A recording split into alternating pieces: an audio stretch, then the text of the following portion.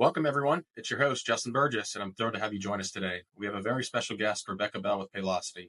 Rebecca came from the insurance brokerage side and brings a unique perspective to her business. She truly understands the client's needs because she has experienced their challenges firsthand. Whether you're just starting out or managing a vast team, Rebecca has the expertise and insights to help you streamline your payroll and HR. Let's dive in and gain valuable insights from one of the industry's finest. Rebecca, give us a brief introduction on yourself and Paylocity. Absolutely. Thank you, Justin. So as Justin said, my name is Rebecca Bell. I actually started off in the HR side for about 7 years, moved over to benefits for another 7 years, and was really drawn to technology and how to make everybody's lives a little bit easier with technology. So really was called to Paylocity.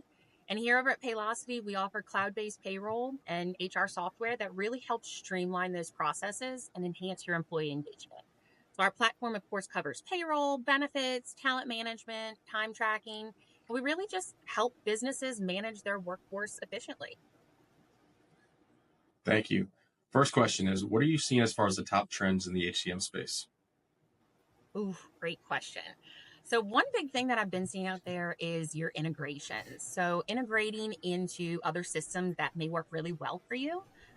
Definitely managing your remote workforce. So ever since COVID-19, that has been a huge thing of whether employees are staying at home, remote working, whether they're coming into the office, and really just how to manage that. So that's definitely a huge trend. And then, really, of course, AI technology. So AI technology, that's the newest buzzword. So everything from ChatGPT, but really how to use AI to help streamline and automate our systems even more. Perfect. For me, it's got to be on-demand pay, or also known as daily pay.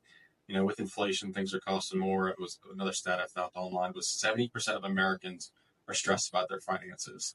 For employers, personal financial stress can bleed over into your employees' productivity, morale, etc.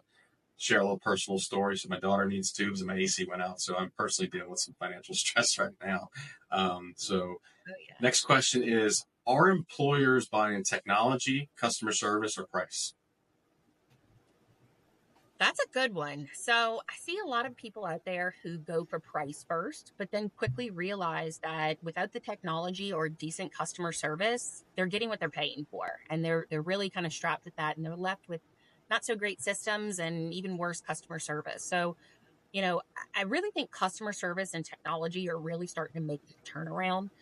Specifically here over at Paylocity, we have you have a dedicated rep and a pod of people. So we believe in work-life balance. So if your dedicated rep is on vacation or on the other line, we certainly have a couple of other people behind them who are familiar with your group. So we really like that approach. And then of course, the big thing is service is your 411. If you are a client of mine, I am your 911. So if anything happens and you need me, I'm really big on really focusing on that service and being there for my clients. And if you can't get a hold of her, I know where she lives. I'll knock on her door. So that's what I always say. To compare that to the broker side, price, we kind of can't control it. Obviously, we can every broker negotiate. Technology, I compare that to every broker's strategy. At the end of the day, we all bring a different perspective to the table. We can all bring a different strategy. What really sets us apart is our customer service. I always say things are going to go wrong. It's how you react to it and how you respond. And you acknowledge the request. If something needs to take 3-4 days, every day you send an update, say, hey, we're still working on it, or we heard from your doctor, we heard from the pharmacy, and giving people proper expectations. So next question is, what's your opinion on the broker relationship as it revolves around technology, specifically Ben Admin? Oh, 10 out of 10, your brokers need to be involved in that. There is a lot of things that can be corrected on the front end when your broker is a part of it. Everything from the build out.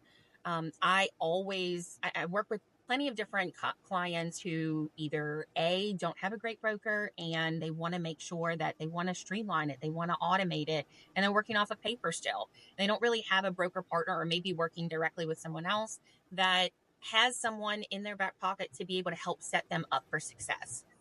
So really having that broker partner there for you to help you implement either with Paylocity or other systems that we can integrate with as well is extremely important. Setting that up correctly on the front end. As Justin said a moment ago, if there is an issue, being able to react to it and understand how to correct it moving forward And then, of course, EDI feeds as well. So having your broker involved in those carrier communications is extremely important. So 100%, your broker needs to be involved in those benefit administration software decisions or assistance for you.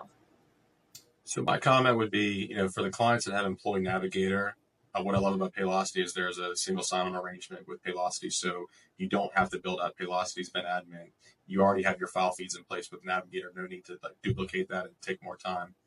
From my perspective, this is a interesting question because some brokers think this is not a role of the broker, and I think that our products create some crazy rate structure that ultimately has to get built into a system, and I'd rather get it set up correctly on the front end. We're talking critical illness with crazy rates, life insurance, EOIs, rate reduction schedules, those kind of things. That's where we have the most problems is just the rates not calculating correctly with the carrier's billing. So I'd rather, if we're going through a Paylocity implementation, let's get it set up correctly so we don't have these problems long term. And especially on EDI feeds, I think a lot of employers think once they have an EDI set up that things are perfect.